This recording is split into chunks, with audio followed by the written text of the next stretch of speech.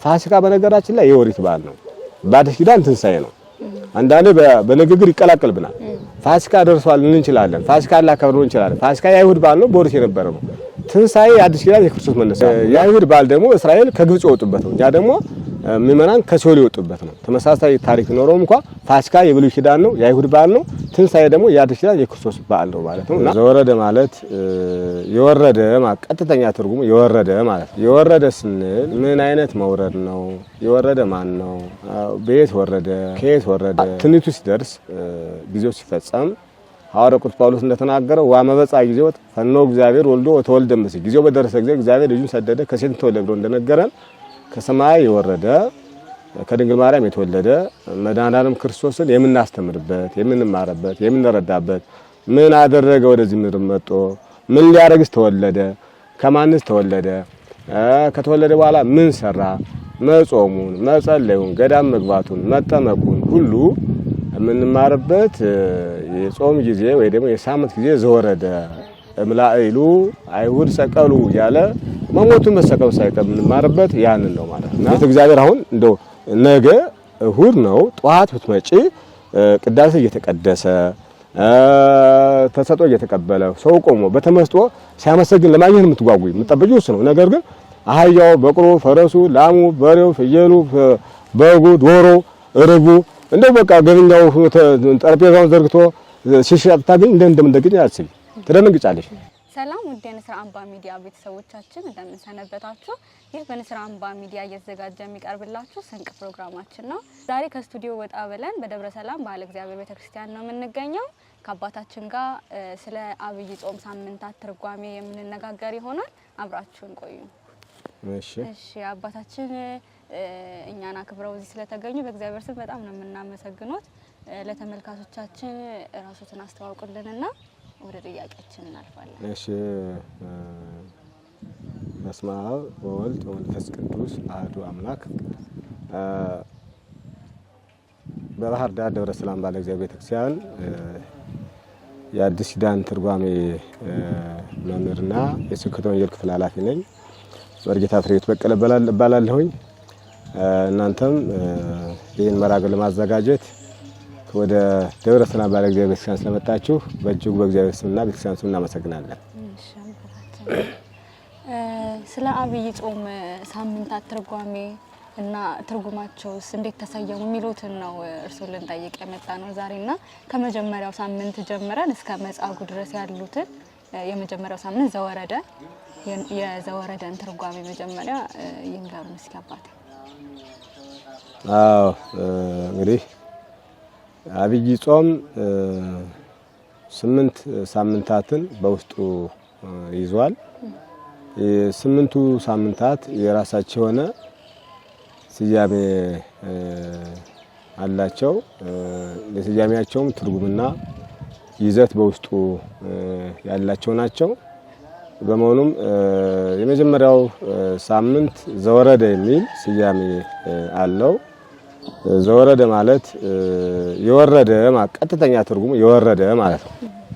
የወረደ ስንል ምን አይነት መውረድ ነው? የወረደ ማን ነው? በየት ወረደ? ከየት ወረደ?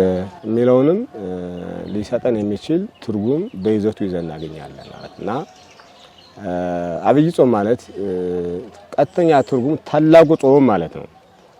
ታላቁ ጾም ደግሞ ታላቅነቱ ከሰማይ የወረደው ከድንግል ማርያም የተወለደው ባጭር ቁመትና በጠባብ ደረት የተወሰነው መድኃኔዓለም ክርስቶስ ሰው ሆኖ ባጭር ቁመት በጠባብ ደረት ተወስኖ በገዳመ ቆሮንቶስ የጾመው ጾም ነውና ከይዘቱ ከጿሚው ከብዛቱም የተነሳ አብይ ጾም የሚል ስያሜ ያለው።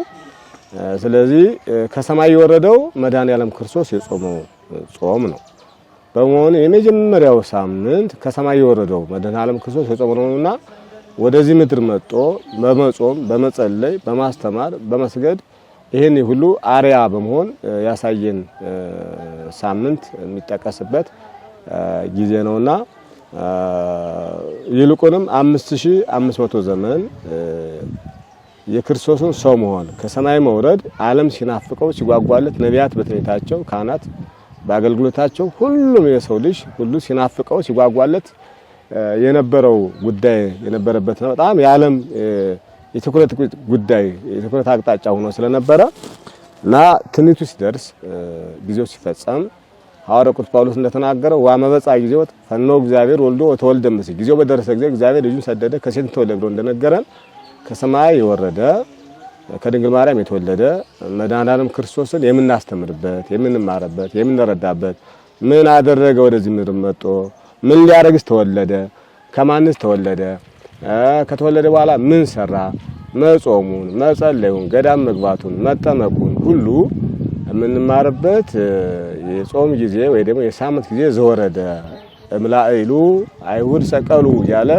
መሞቱን መሰቀሉ ሳይቀር የምንማርበት ያንን ነው ማለትና ሐዋርያው ቅዱስ ዮሐንስም ወንጌል ሲጽፍ በምዕራፍ 3 ላይ ከሰማይ ከወረደ በቀር ወደ ሰማይ የወጣ የለም ብሎ ያም የሰው ልጅ ክርስቶስ ነው ብሎ ከሰማይ የወረደ መሆኑ ወንጌል የሚነበብ በእለቱ ያ ነው ማለትና የክርስቶስን ሰው መሆን ከሰማይ መውረድ ከድንግል ማርያም መወለድ የምንሰብክበት የምንማርበት ሳምንት ዘወረደ ይባላል ማለት እና የወረደ ከሰማይ ነው የተወለደ ከድንግል ነው የተመላለሰው በዚህ ምድር ነው የሆነው ሰው ነው። አዎ ከሰማይ ወረደ ከድንግል ማርያም ተወለደ በዚህ ምድርም ተመላለሰ ሰውም ሆነ አምላክ ነበር እንደኛ ሰው ሆነ ሰውም አምላክ ሆኖ በዚህ ምድር ላይ መመላለሱን የምንማርበት የምናስታውስበት የምናውቅበት የምንረዳበት መጾሙን መጸለዩ መስገዱ መጠመቁን እንዲሁ መከራ መቀበሉ መሰቀሉ መገረፉን መሞቱን መቸንከሩ የምንማርበት ያ ዘወረደ ከሰማይ ወረደ ማለት የምንማርበት ሳምንት ዘወረደ ይባላል ማለት ነው። እሱ ስያሜ ነው ያዘው ማለት የመጀመሪያው ሳምንት። ቀጣዩ ሳምንት ቅድስት ይባላል። ቅድስት የሚለው ሁለተኛው ሳምንት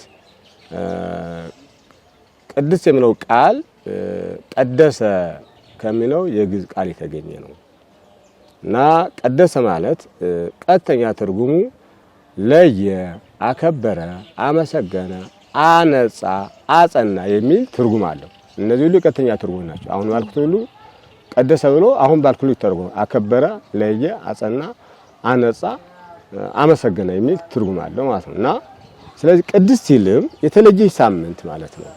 የከበረች ሳምንት ማለት ነው። የጸናች ሳምንት ማለት ነው። የነጻች ሳምንት ማለት ነው። ምን ያክል ቀኗ ቅድስት እንዴት ልትባል ትችላለች ካልነ በዓለም ውስጥ በጣም ቅድስና የሚሰጣቸው ብዙ ቦታዎችም ሊሆኑ ይችላሉ። ቁሳቁሶችም የቅድስና ቅጽል ሊሰጣቸው የሚችሉ ላሉ መጻሕፍት ይነግሯል ማለት ነው እና ይህ ማለት ጌታችን ኢየሱስ ክርስቶስ እኔ ቅዱስ ነኝና እናንተም ቅዱሳን ሁኑ ብሎ በዘሌዋውያን ላይ እንደተናገረው ሐዋርያው ቅዱስ ጴጥሮስም ይህንን የጌታችን ቃል ጠቅሶ ጌታችን ኢየሱስ ክርስቶስ እንዳስተማረን እሱ ቅዱስ ነውና ሁላችሁም በስራው ሁሉ ቅዱሳን ሁኑ ብሎ እንደነገረን እግዚአብሔር የባህሪ ቅድስና አለው። ሰዎች ደግሞ የጸጋ ቅዱሳን ናቸው። መላእክት ቅዱሳን ናቸው። ነቢያት ቅዱሳን ናቸው። ሐዋርያት ቅዱሳን ናቸው። ቅዱሳኑ የቅዱሳን ሰማዕታት ቅዱሳን ይባላል። ቅዱስ ጊዮርጊስ እንላለን፣ ቅዱስ ጴጥሮስ እንላለን፣ ቅዱስ ጳውሎስ እንላለን።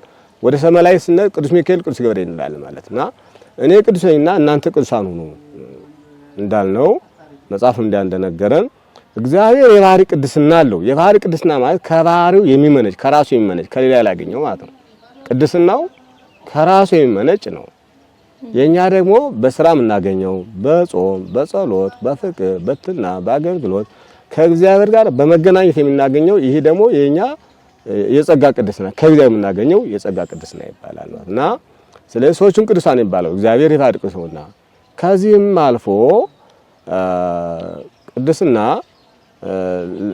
ለምድሪቱ ሳይቀር ሙሴን በኦሪት ዘጸአት በምዕራፍ 3 ላይ እንደተገለጠው በኮሬብና በደብረ ሲና መካከል በጎችና አሰማርቶ ሲያበላ እግዚአብሔር በደብረ ሲናና በኮሬብ መካከል ሐመልማልና ነበልባል ተዋህዱ። ሐመልማል ማለት የለመለመ ቅጠል፣ ነበልባል ማለት የሚውለበለብ እሳት የእሳት ላንቃ ባለው ሁለቶች ተዋህደው እሳቱ ሐመልማሉ ሳያቃጥለው ሐመልማሉ ነበልባሉ ሳያጠፋው አየ።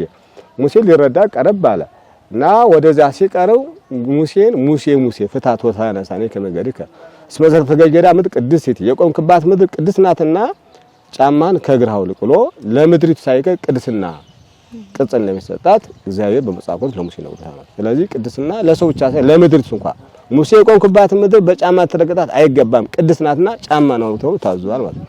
ስለዚህ ቦታም የተቀደሰ ቦታ አለ። ያ የተቀደሰ ቦታ ምንድነው ከተባለ ማንኛውም ስጋዊ ስራ የሚሰራበት ነው። ምስጢር ያለበት ነገር እግዚአብሔር ያለበት ነገር መለኮት የሚገለጥ ነገር ስጋዊ የሚራቀቅበት ቅድስት የሚል ቅጽል ቦታ ላይ ከነዚህ መካከል ቤተ እግዚአብሔር ቤተክርስቲያን የቅድስና ደረጃና የቅድስና ማዕረግ አለው። ያ ማለት ምንድነው ካለ ቤተክርስቲያንን የቅድስና ደረጃ የምንሰጠው ያቺ ደብረ ሲና ሐመልማልና ነበልባል የተዋሃዱ የታየባት ሐመልማሉ የእመቤታችን ነበልባሉ የመለኮት ነው ማለት ነው። ምሳሌ ናት ያቺ። አሁን ወይ ደግሞ ሐመልማሉ የጌታ ነበልባሉ የእመቤታችን ሐመልማሉ የመለኮት ነበልባሉ የትስብእት ይሄ ነገረ ስጋዊ ነው ማለት ነው። በቤተክርስቲያንም ነገረ ስጋዊ ዕለት ዕለት ይነገራል። ስጋው ደግሞ ይፈተትበታል። አንድ ሶስትነት ይነገርበታል።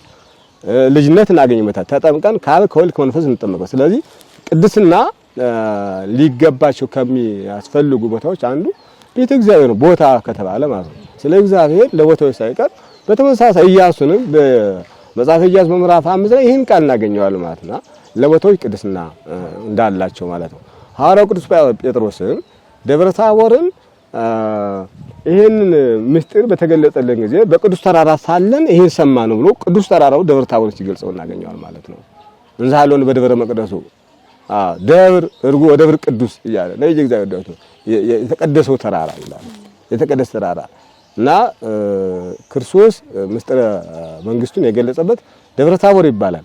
ይሄን ደግሞ ከሐዋርያት መካከል ቅዱስ ጴጥሮስ ነበር፣ ቅዱስ ዮሐንስ ነበር፣ ቅዱስ ያዕቆብ ነበር፣ ከነቢያት ሙሴና ኤልያስ ነበሩ። ያን ተራራ በተቀደሰው ተራራ ሳለ እግዚአብሔር ሲያነጋግር የእግዚአብሔር ልጅ ነው ሲል ሰማን ብሎ የተራራው ሳይቀር ለቅድስና ያ ማለት የሚገለጽልበት ምስጢር ማለት ነው። ምስጢር መለኮት ስለተገለጸበት እንዲህ ተብሎ ለቦታው ሳይቀር ቅድስና ይሰጣል ማለት ነው።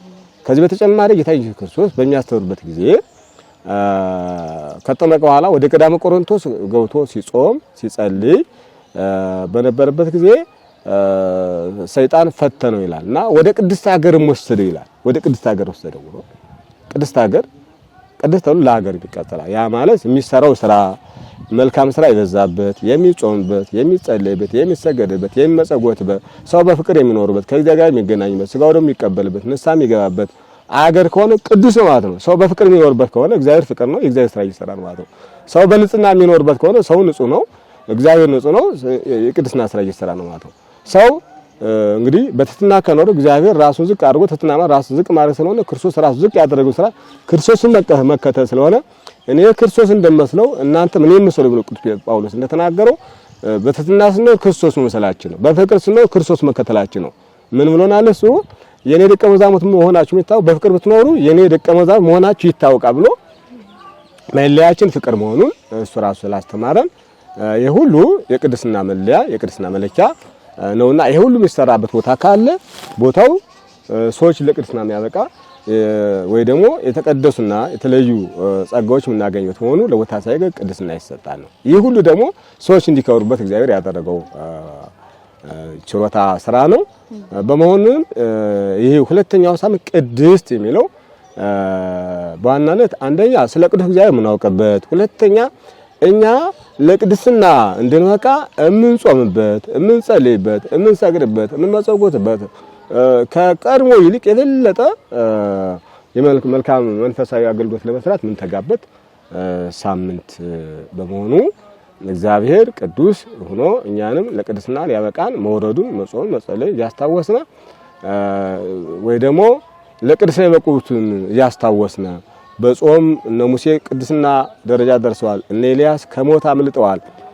እነ ሄኖክን በተመሳሳይ በጣም ታላላቅ ስራ ሰርተው ከእግዚአብሔር ጋር ህብረት የፈጠሩ እነ ዳንኤል ያለ የአንበሶችን አንደበት መዝጋት የቻለበት እንደና አቡነ ተክለ ሃይማኖት እንደና አቡነ ገብረ መንፈስ ቅዱስ ያሉትን እንደ ቅዱስ ያሬድ ያሉትን ኩኑን ከመቢ ሲጣይ ዘይጸው ሞይጼል እንደሚጾምና እንደሚጸልይ እንደ ጥበኛ ሰው ነው ብሎ ታላቁ ሊቅ ቅዱስ ያሬድ መጾም መጸለይ የጥበኛ ሰው መገለጫ የመንፈሳዊ ጥበብ መገለጫ ጾምና ጸሎት መሆኑን ለዚህ ደግሞ በቅድስና እንደሚበቃበት የነገረን በመሆኑ ስለዚህ በዚህ ሳምንት ሰዎቹ ለቅድስና እንዲበቁ ለቅድስና የሚያበቃቸውን ስራ የሚሰሩበት ቅዱስ እግዚአብሔርን እያስታወሱ የእግዚአብሔርን አርአያነት ተከትለው መልካም ስራ ለመስራት የሚተኩበት ሳምንት መሆኑ እሱ ነው። ስለዚህ እንደ ነቢያቱ ቅድስና፣ እንደ ሐዋርያቱ ቅድስና፣ እንደ ሰማዕታቱ ቅድስና፣ እንደ ሊቃውንቱ እንደ አባቶቻችን እንደ እናቶቻችን የቅድስና ስራ ለመስራት ምን ተጋበት ሳምንቷ ራሱ ቅድስት ተብላ ተሰይማ ሰው ሁሉ በዚህ እንዲተጋ የታዘበት ሳምንት መሆኑን ነው የምናስታውሰው።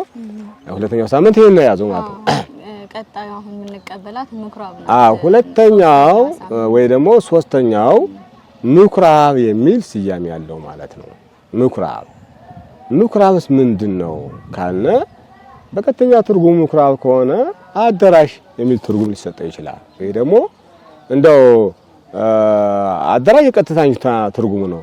ከዛ ከሳምንቱ ጋር ስያሜስ ምን አመጣው ካልነ በእርግጥም ምኩራብ በብሉይ ኪዳን የእግዚአብሔር ሕግ የሚነገርበት ሰዎች ተሰብስበው ሕዝቡን የሚያስተምሩበት ሕግጋቱን እያነበቡ ሰውን እየመከሩ እያስተማሩ ከእግዚአብሔር ጋር የሚገናኙበት ቦታ ነበር። ያው ምኩራብ ይባላል። በቤተ መቅደስ አካባቢ የሚሰራ እንደ ስብከተኛ አዳራሽ ብለን መስሎ እንችላለን። ስብከተኛ አዳራሽ ቤተ መቅደሱ አለ። ከምኩራብ ወደ ቤተ መቅደስ እየተማሩ ያውቁ ይገቡ ነበር ማለትና ስለዚህ ያ ነው የጸሎት ቦታ ነው፣ የትምህርት ቦታ ነው፣ የአምልኮት ቦታ ነው፣ ከእግዚአብሔር ጋር ሰዎች የሚገናኙበት ቦታ ነው። ይህ ሳምንት በዚያ ነው የተሰየመው። ምንድነው ይህ ሳምንት በዚህ እንዲሰየም ያስፈልገው ካልነ በእርግጥም ጌታችን ኢየሱስ ክርስቶስ ቅድም ወይ ደግሞ በመጀመሪያው ሳምንት ላይ ዘወረደ ብለን እንደገለጥነው የወረደ ከሰማይ የወረደው ክርስቶስ ሰው ሆኖ በአጭር ቁመት በጠባብ ደረት ተወስኖ ደቀ መዛሙርቱን መርጦ ሲያስተምር ከአንድ ቦታ ላይ አልተቀመጠም። ከቦታ ቦታ ይንቀሳቀስ ነበር። በዓል ሲያከብሩ ወደ በዓል ይሄዱ ነበር። በዓል ለማክበር ይወጣ ነበር። ምክንያቱም ሰው ካለበት ቦታ ተአምራት አድርጎ ሕዝቡን አስተምሮ ማሳመን ስለሚፈልግ እና የአይሁድ ፋሲካ በቀረበ ጊዜ በዮሐንስ ወንጌል በምዕራፍ 2 ቁጥር 12 ላይ ጀምረን እንደምናነበው የአይሁድ ፋሲካ በቀረበ ጊዜ ጌታችን ኢየሱስ ክርስቶስ ደቀ መዛሙርቱም እና ሌሎችም ከሱ ጋር የነበሩ ሰዎች ወደ ኢየሩሳሌም ወጣ ነው ከነሱ ጋር ማለት እና በዓል የአይሁድ ፋሲካ ማለት ፋሲካ በነገራችን ላይ የኦሪት በዓል ነው። በአዲስ ኪዳን ትንሳኤ ነው። አንዳንዴ በንግግር ይቀላቀልብናል። ፋሲካ ደርሷል እንችላለን። ፋሲካ ላከብር እንችላለን። ፋሲካ የአይሁድ በዓል ነው፣ በኦሪት የነበረ ነው። ትንሳኤ የአዲስ ኪዳን የክርስቶስ መነሳት ነውና በፋሲካ ትንሳኤ ገብቷል እና ይሄ የአይሁድ በዓል ደግሞ እስራኤል ከግብጽ የወጡበት ነው። ያ ደግሞ ምዕመናን ከሲኦል የወጡበት ነው። ተመሳሳይ ታሪክ ኖሮም እንኳን ፋሲካ የብሉይ ኪዳን ነው፣ የአይሁድ በዓል ነው። ትንሳኤ ደግሞ የአዲስ ኪዳን የክርስቶስ በዓል ነው ማለት ነውና የአይሁድን በዓል የፋሲካን በዓል ፋሲካ የተባለውን የአይሁድ በዓል ለማክበር ወደ ኢየሩሳሌም ወጣ ይላል። ኢየሩሳሌም ደግሞ ምኩራቡ አለ፣ ቤተ መቅደሱ አለ። እዚያ በደረሰበት ጊዜ ድንገተኛ ያልተጠበቀ ከዚያ ቤት ያልተለመደ ስራ በምኩራብ ውስጥ ሲተገበር አገኘ ማለት ነው። ጉዳዩ ስጋ ነው ያለው። በምኩራብ ፊት እንዳልኩትኝ መማሪያ ማስተማሪያ፣ ሕጉን የሚያጠኑበት፣ ከእግዚአብሔር ጋር የሚገናኙበት፣ የሚጸልዩበት የጸሎት ቦታ፣ የመማሪያ ቦታ፣ የአምልኮት ቦታ፣ የሕግ መንገሪያ ማስተማሪያ ቦታ የነበረውን እዛ ሲገባ ለበዓል ሲደርስ ተቀይሮ ምን ሆኗል? የበጎች መሸጫ፣ የላሞች መዋያ፣ ጠቅላላ የገበያ ስራ። ገበያ ላይ እንግዲህ ተቆጥሮ የማያውቅ ነገር ነው። በጠቅላላ የገበያ ስራ ሲሰሩበት አገኘ ማለት ነው። አሁን ምን ሆነ ማለት ነው? ከስብከተ ወንጌል አዳራሽነት የሕገ እግዚአብሔር ከመነገሪያነት ወደ ገበያነት ወይ የገበያ አዳራሽ ነው አገኘዋል። የገበያ አዳራሽ በጣም ከባዱ ነገር እሱ ነበር ማለት ነው። የገበያ አዳራሽ ነው አገኘው። ብዙ ተሰብስበው ይሸጣሉ፣ ይለውጣሉ። እንግዲህ ገበያ ላይ ምን እንደሚውል የተቀማም የተሰረቀም ሊውልበት ይችላል ማለት ነው። እንኳንስ የተቀማው የራስ ገንዘብ እንኳን በመባ መንገድ ካልሆነ በቀር በሽያጭ መንገድ ገበያ ማለት አብዛኛው ሰው የገበያ ሰው በሁለት ንግግሮች ላይ ብቻ ለምንጫጫ በሁለት ንግግሮች ላይ አሁን ገበያ ላይ ስትገባ በጣም ጫጫታ ነው ያለውና ሁለት ያ ንግግር የገበያ ንግግር በሁለት ነገሮች ያጠቃልላል። ሁለቱም እኔ ልብለጥ ያኛው ልብለጥ የኛው አልበለጥ ነው። በቃ የገበያ ጉዳይ እንደዛ ማለት ሁሉም ለመብለጥ ነው። ያው ላጫጫታ በቃ ምንድነው እየተባለው የሚጮጫው በቃ ለዓለመበለጥ የሚደረግ ጥረት ነው ማለትና ብልጦች የሚጠራቁበት ነው። ገበያ ላይ ሄደሽ ዝም ብለሽ አትመጪ። ገበያ ለመብለጥ የምትከራከሩ ማለት እንደምትፈልጉ ወርዶ እንኳን ምን ሳትከራከሪ የበለጠ ነው መስል በነፃ እንኳን ቢሰጠው እንደ ሸኘኝ ይላሉ ባባል። ስለዚህ ገበያ ማለት የብልጦች ስብስብ ማለት ቤተ እግዚአብሔር ደግሞ ራስን ማናስቀድምበት ክርስቶስ ምናስቀድምበት ጓደኛ ምናስቀድምበት ከእግዚአብሔር ጋር ለመገናኘት ከኛ ይልቅ ጓደኞቻችን የምናበልጥበት ቦታ እንጂ ራሳችን ለመብለጥ የምንጥርበት ቦታ አይደለም ማለት ነው። ስለዚህ ቤተ መቅደስ ሲደርስ ብልጦች ተሰብስበው እየሸጡ እየለወጡ ላሙን፣ በሬውን፣ እንስሳቱን ጠቅላላ በጉን፣ ፍየሉን ገበያ የሚለው ሰብስበው ወርቁን ብሩን ሲሸጡና ሲለውጡ አገኛቸው። በዚህ በእጅጉ ክርስቶስ ተቀየመ፣ ተቆጣ። ወገብረ መቅሰፍተ ፍጻሜ ዘሀብል ይላል። ጅራፍ የገበሬ ጅራፍ አዘጋጅቶ ወዳውኑ እየገረፈ አስወጣቸው ነው። እየገረፈ አስወጣቸው። ደቀ መዛሙርቱ አብረው ስለነበረ ደቀ መዛሙርቱ ይህንን አልታገሱም፣ አስወጣቸው ማለት። ምክንያቱም ቤተ እግዚአብሔር አሁን እንደው ነገ እሁድ ነው ጠዋት ብትመጪ ቅዳሴ እየተቀደሰ ተሰጥኦ እየተቀበለ ሰው ቆሞ በተመስጦ ሲያመሰግን ለማግኘት የምትጓጉይ የምትጠብቂው እሱ ነው። ነገር ግን አህያው፣ በቅሎ፣ ፈረሱ፣ ላሙ፣ በሬው፣ ፍየሉ፣ በጉ፣ ዶሮ፣ ርግቡ እንደው በቃ ገበኛው ጠረጴዛውን ዘርግቶ ሲሸጥ ታገኝ እንደምትገኝ አስቢ፣ ትደነግጫለሽ። አንቺም የምትጠብቂው ሌላ ነው፣ የተለመደው እንዲያ ነው። ክርስቶስም በዛ መንገድ ያን ሲያገኝ በሰዓት አልታገሰም፣ በጅራፍ ገምዶ ገርፎ አስወጣቸው፣ አባራቸው ይላል። መደርደሪያቸውን ገለበጠ። ወርቁን ለብር ብሩ ለወርቅ የሚቀያየቱን ገለባበጠባቸው። ይልቁ ርግቦችም እዛ ስለነበሩ አሰስሉ ዘንተም ዘ ይህን ከዚህ አውጡ አላቸው ይላል። ለምን ከተባለ ርግቦች ደካሞች ናቸውና እንደ ላሞች ቢገርፋቸው ስለሚሞቱ የሰው ገንዘብ አጠፋ እንዳይባል አስወጧቸው እንደዚህ ብሎ አዘዛቸው ይላል። ደካሞች ስለሆነ የሰው ገንዘብ ስላጠፋ አጠፋም ተጣላው እንዳይሉ ምክንያት ለመንሳት እነዚህ ከዚህ አስወጡ አላቸው ይላል። ሌላውን ግን እዚያው ገለባበጠባቸው ይላል። በዚያ መንገድ ይህንን አጸዳ። ማጽዳት ብቻ አይደለም። የተለሱ ቤታዊ የቤት መስያት የአባቴን ቤት የገበያ ቤት አታርጉት። ቤቴ ቤተ ጸሎት ይሰማይ ቤቴ የገበያ ቤት ሳይሆን የጾም የጸሎት ቤት ነው በማለት ስራውንም ነገረ፣ አጸዳ። ቤተ መቅደስ አጸዳበት ሳምንት ነው ማለት ቤተ መቅደስ አጸዳ። ስለዚህ በቀጥታ ምኩራብ አላስፈላጊ ስራ ይሰራባት ስለነበረ ክርስቶስ መጥቶ ምኩራቡን ያጸዳበት ቤተ መቅደስ ያጸዳበት ሳምንት ነው። ይሄን ስናስብ ስናከብሩስ ምንድነው የምናስበው? ይሄን ሳምንት ስናስብ እንዴት ነው የምናስበው ካለ አሁን ዛሬ በሬ፣ ላም፣ አህያ፣ በቅሎ፣ ፈረስ መጥቶ ለቤተ እግዚአብሔር መጥቶ ያናጸዳልን ለማለት አይደለም። ነገር ግን በዚህ ወቅት እኛ የምናስበው ሰው ማለት ያኛው ቤተ መቅደስ ነው ብለናል። አሁን ደግሞ ሰው ደግሞ ሁለተኛው መቅደስ ነው። እኛ የእግዚአብሔር ሐዋርያው ቅዱስ ጳውሎስ እንደነገረን በቆሮንቶስ መልእክቱ በአንደኛ ቆሮንቶስ ምዕራፍ 6 ላይ ተደጋጋሚ በመልእክቱ እንዳስተማረን እናንተ የእግዚአብሔር ቤተ መቅደስ እንደሆናችሁ አታውቁምን ብሎ እኛ የክርስቶስ ቤተ መቅደስ መሆናችን ነግረናል ማለት ነው። ስለዚህ ቤተ መቅደሱ በህንጻ የታነጸው ብቻ ሳይሆን ሰውም የእግዚአብሔር ቤተ መቅደስ ነውና ከእንስሳዊ ግብር የሆኑ በውስጡ አድርጎ እነሱን እንዲያጸዳ የሚጠበቅበት ሳምንት ነው ማለት ነው። ያ ማለት እንስሳት ልዩ ግብር አላቸው። እንስሳት የመጀመሪያው እንስሳው ምድራዊ ነው። እንስሳ ለነገ ያስብ። እንስሳ ምድራዊነቱ ብቻ ሳይሆን ፈርሶ በሶ የሚቀር ትንሣኤ ሙታን የሌለው እንደዚህ ነው። ስለ ሆዱ ብቻ የሚያስብ ነው ማለት ነው ሰው ልጅ። ያ ደግሞ እንደዚህ ነው። ቀመር የለሽ ናቸው እንስሳት። ምናልባት አንዳንድ እንስሳት የራሳቸው ነው ቀመር ናቸው። ነገር ግን ከሰው ጋር ሲገናኝ የተጻፈ ሕግ የሌላቸው አስተማሪ የሌላቸው ተስፋ ትንሣኤ የሌለው ለሰው ብቻ የተፈጠሩ ናቸው ማለት ለሰው ብቻ የተፈጠሩ። ሰው ግን ለራሱ የተፈጠረ ልዩ ፍጥረት ነውና ስለዚህ ከእንስሳዊ ግብር እንድንቆጠር በሰውነታችን ላይ እንስሳት የሚያደርጉትን እና በእንስሳት ባህሪ የተለመደ ግብር እንዳይኖር ወይ ደግሞ ቤተ መቅደስ የተባለው ክርስቶስ የሚያድርበት የኛ ሰውነት የእንስሳ ማደሪያ ከሆነ ቤተ መቅደስ ተለይቶ የክርስቶስ ማደሪያ እንዲሆን የምንተጋበት ሳምንት መሆኑ ነው የምናስበው። በጣም አሁን ከእንስሳት አንዱ እንኳን ብጠቅስ እንደው ከእንስሳት መካከል በጣም ብዙ እንስሳቶች የራሳቸው ጸባይ ያላቸው እንደው ሪያን ብንጠቅስ ማለት ሪያን ብንጠቅስ ሪያ የሚገርም ጸባይ አለው። እንደው አንዱ ነው የጠቀስኩት። ቀና ብሎ ሰማይ ላይ ሁሉም መሬት እያየ አሁን ከመሬት ተብሎ የሚጓዝ እንስሳ ማን ነው የሚባል ሪያ ነው ማለት ሪያ። ሪያን ሰዎች ያበዙታል፣ ያራቡታል፣ ያሰቡታል፣ ሊሸጡታል፣ ብዙ ነገር ያደርጉታል። ነገር ግን ሰማይ ቀና ብሎ አንድ ቀን አይቶ የማያውቅ እንስሳት መካከል ሪያ ነው ማለት ምድራዊ ነው ማለት። ለምን ነው ቀና ብሎ ሰማይ የማያይ ካልነ ጊዜ እንዳላክንበት ነው ወይ ደግሞ ለወዱ ካለው ትጋት የተነሳ ለስሮ ምግቡን መፈለግ ብቻ ነው እንጂ ቀና ብሎ የማይማ ሁሉ መሬት እየገሰገሰ ምግቡን እየፈለገ መብላት ብቻ እንጂ ሌላ ምንም ትዝ የማይለው አሁን ሰው ሆዳም ብቻ እንዳይሆን መሬታዊ ብቻ እንዳይሆን በእንስሳት ተጠምዶ ሰማያዊ አምላኩ እንዳይረሳ ከእግዚአብሔር ጋር መገናኘት የሚችልበት ሰውነቱን ንጹህና ጽዱ አድርጎ እንስሳዊ ግብር እንዳይሰለጥንበት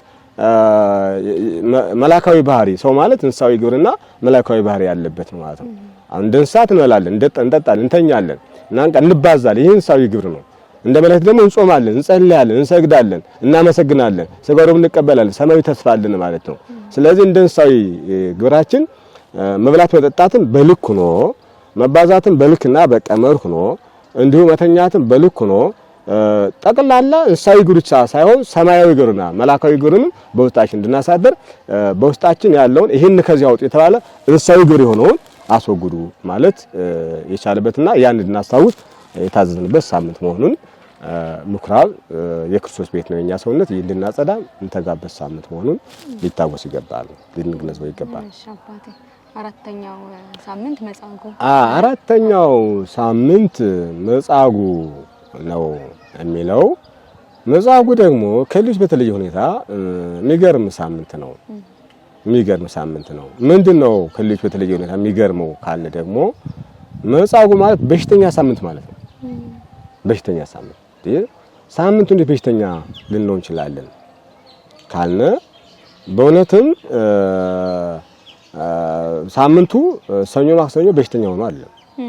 ነገር ግን የክርስቶስ አመጣጥ ወደዚህ ምድር መውረዱና መወለዱ በነፍስ የታመሙትን በትምህርት በስጋ የታመሙትን በታምራት ሊያድን መጥቷል ክርስቶስ ማለት ነው።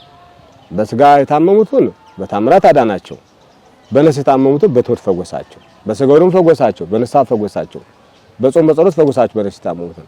በስጋ የታመሙት ግን ደግሞ በታምራት ነው ያዳናቸው ማለት ነው። አልጋን ተሸክመና ሂድ ማለት በመዳሰስ እነሱ ልብሱ በመንካት እንደገና ደግሞ ሃይማኖታዊ አድኖሻል በማለት መጣ። ልብሱን ሲዳሰስ 12 ዓመት ደግሞ ይፈሳል ሴትዮ ከዚህ በኋላ ሃይማኖትሽ አድኖሻል በማለት ይሄን በመሰለ ይሄ ታምራት ነው ማለት ታምራት ነው።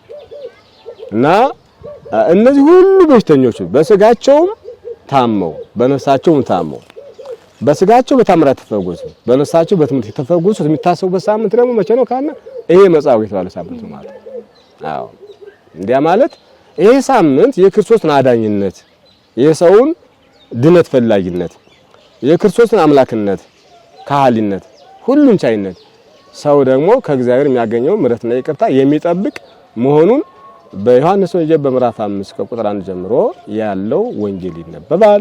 በዚያም 38 ዓመት ያክል በደዌ ዳኛ ባልጋ ቁራኛ በደዌ ዳኛ ተይዞ የነበረው ሰው መፈወሱን ተነሳ አልጋ ተሸክመህ ሂድ ብሎ ክርስቶስ እንዳዳነው እሱን እያስታወስነ ሌሎችን በሽተኞች በቤተክርስቲያን የፈውስ ሳምንት በነገራችን ላይ አንዳንድ በሌሎች እምነት ተከታዮች ላይ ብዙ ቻናሎች ሲሰሩ በጣም ይገርመኛል። የድነት ቀን ምናምን ተብሎ ማለት የኛ በአመት አንዱ ሳምንት የህዝብ ላይ የምታከብሩ ማለት ከስንት ዓመት ቤት ነው እና እንደዛ ብላ ታከብራለች ማለት ግን ፈውስ የምታደርግ በአመት አንድ ሳምንት ነው ማለት አለ።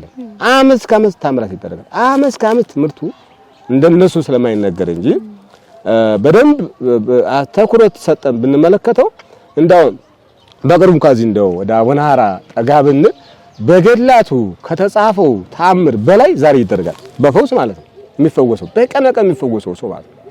እንደዚህ አቡነ ሐራን ጠቀሱ እንደዚህ ባለ ጊዜ ራሱ አይናቸው የታወሩ ሰዎች ራሱ ሂዱ ነው እናያለን። አይናቸው የታወሩ ሰዎች ተስፋ የቆረጡ ነው በአልጋ መጥቷቸው እንደገና ተነስተው የሚሄዱ ሰዎች እናያለን ማለት። ስለዚህ ድነት በቤተክርስቲያን ሁሉ ጊዜ ይደረጋል። ነገር ሁሉ ጊዜ ይሄን ሳይሆን የምናስበው ብዙ የምናስባቸው ነገሮች ስላሉ በውስጥም ድነት ተስጋና ድነት ተነስ እንዳለ ሆኖ በተለየ ሁኔታ ግን አንዱን ሳምንት የድነት ሳምንት ወይ ደግሞ እናስታውሰው ሰዎች ከእግዚአብሔር ጋር የሚታረቁበት በስጋቸው በነፍሳቸው ድነት የሚያገኙበት መድኃኔዓለም ክርስቶስ መድኃኔዓለም ማለት ነው ያለ መድኃኒት ማለት ነው። ኢየሱስ ማለትም መድኃኒት ማለት ነው። መድኃኒት ነው የቤተክርስቲያን አምና አረጋግጣ ይዛ እየጠቀመች መሆኑን ይልቁንም አንዱ ሳምንት አዳኝነቱን እየመሰከረች የዳኑ ሰዎችን ታሪካቸው የተናገረች የምታከብርበት ሳምንት ነው ማለት ነው። እንዲህ ስንል ከዚህ በተለየ ሁኔታም እንኳን አንዳንዴ ደባለም ላይ በጣም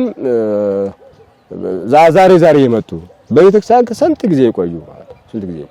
ስንት ጊዜ ዘመን ያስቆጠረ ብዙም አይነገር ነገር አለ። ብዙም አይነገር ማለት እንዳው ካለው ከቤተክርስቲያን ታሪክ አንፃር አለማድረስና ወይ ደግሞ ትኩረት እየነፈግ ነው። አሁን ለምሳሌ አሁን የሴቶች ቀን ተብሎ ሲከበር ሰማለች ቤተክርስቲያን የሴቶች ቀን ብላ የምታከብረዋለች የሴቶች ቀን ብላ የምታከብረዋለች እንደ ምሳሌ መጣው ትችላል። አሁን የኤችአይቪ ቀን ተብሎ ይከበራል። በቃ የኤችአይቪ ቀን ተብሎ ይከበራል። ቤተክርስቲያን አሁን መጻጉባት ያ ነው ማለት በቃ ያ ነው ማለት ምንም የሚቀር ነገር ቤተክርስቲያን ትኩረት ስለማንሰጠውና እያንዳንዱ እንደኛ ምሮ ሰዎችም በጠላት ወሬ ተነጥቀው እንደ ሌላ ነገር ሲያወሩ ሰማቸዋል። ቤተክርስቲያን ይሄ ሁሉ ያለባቸው ይልቁንም አሁን በአብይ ጾም ሳምንቱት አይሃውን ያልነው ያዝም መቀጠልበት አራተኛው ማለት ነው መጻጉዕ ይሄንን እያስታወስን የክርስቶስን አዳኝነት የሰዎችን ምሕረት ፈላጊነት መድኃኒት ፈላጊነት በትክክል እያስታወስን እየተማርን እየተነጋገርን የምናሳልፈው ሳምንት መሆኑ ሊታወቅ ይገባዋል። እሱ ነው ያለው ማለት ነው። እሺ ተመልካቾቻችን ለዛሬ የአብይ ጾም የሳምንታትን ትርጓሜ እስከ መጻጉዕ ድረስ ያሉትን ከአባታችን ጋር አይተናል። በሚቀጥለው ደግሞ እሺ ተመልካቾቻችን ለዛሬ የአብይ ጾም ሳምንታት ስያሜ ከዘወረደ ጀምሮ እስከ መጻጉዕ ድረስ ያሉትን ከአባታችን ጋር አይተናል። በቀጣይ ሳምንት ደግሞ ከእሳቸው ጋር ከደብረ ዘይት ጀምሮ ያሉትን ስያሜዎችና ትርጓሜዎችን የምናይ ይሆናል። ፕሮግራሙ አያበቃም፣ ይቀጥላል። በቀጣይ ሳምንት እስከምንገናኝ ድረስ ንስር አምባ ሚዲያን ላይክ፣ ሼር፣ ሰብስክራይብ እንዲሁም ደግሞ ኮሜንታችሁን ማስቀመጥ እንዳትረሱ። መልካም ሳምንት።